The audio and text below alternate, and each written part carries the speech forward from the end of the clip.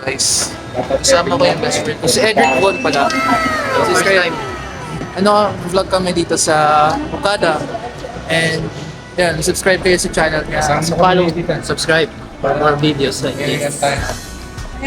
Hello guys and bonjour. So nandito na tayo ngayon sa pinakasikat at pinakayayamaning hotel sa buong Pilipinas at Manila.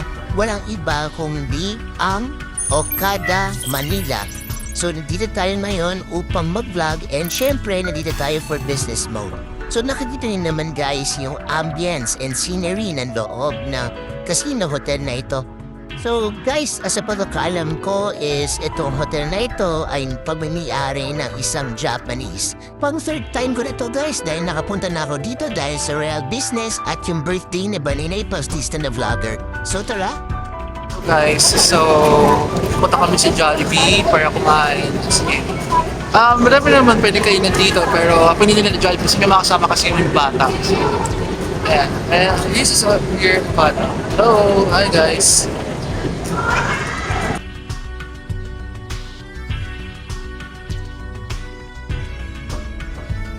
Noong Pebrero 2017, opisyal na nabukas ang casino, resort at hotel complex na Okada, Manila. Ang Japanese businessman na si Kazuo Okada na nakakuha ng malaking bahagi ng kanyang kapalaran sa Japanese pachinko machines ay nakakuha ng lisensya noong 2008 upang magpatakbo ng casino sa Manila Entertainment City.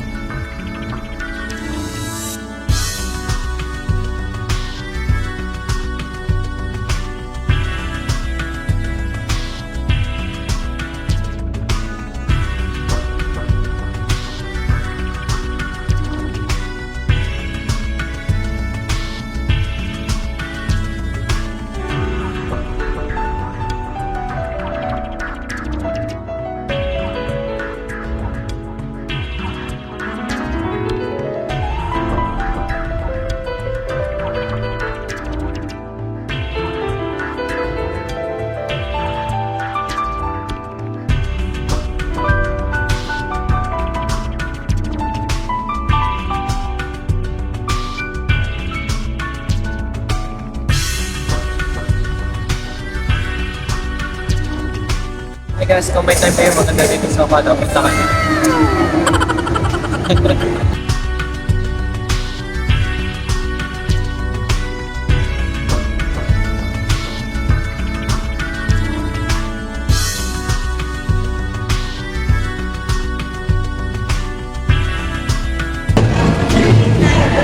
Welcome to our vlog guys. Kapag may time kayo, punta lang kayo dito sa Okada. And make sure na magdala kayo ng maraming guests and advice. At yung gusto itong Okada na ito kasi napakaganda dito. Sure, mag-entertain ko sa experience nila. Worth it, like 55,000. Actually, dito lang, fountain every night, 7 p.m. started. So, what are you waiting for? Punta kayo dito. Come on, let's go!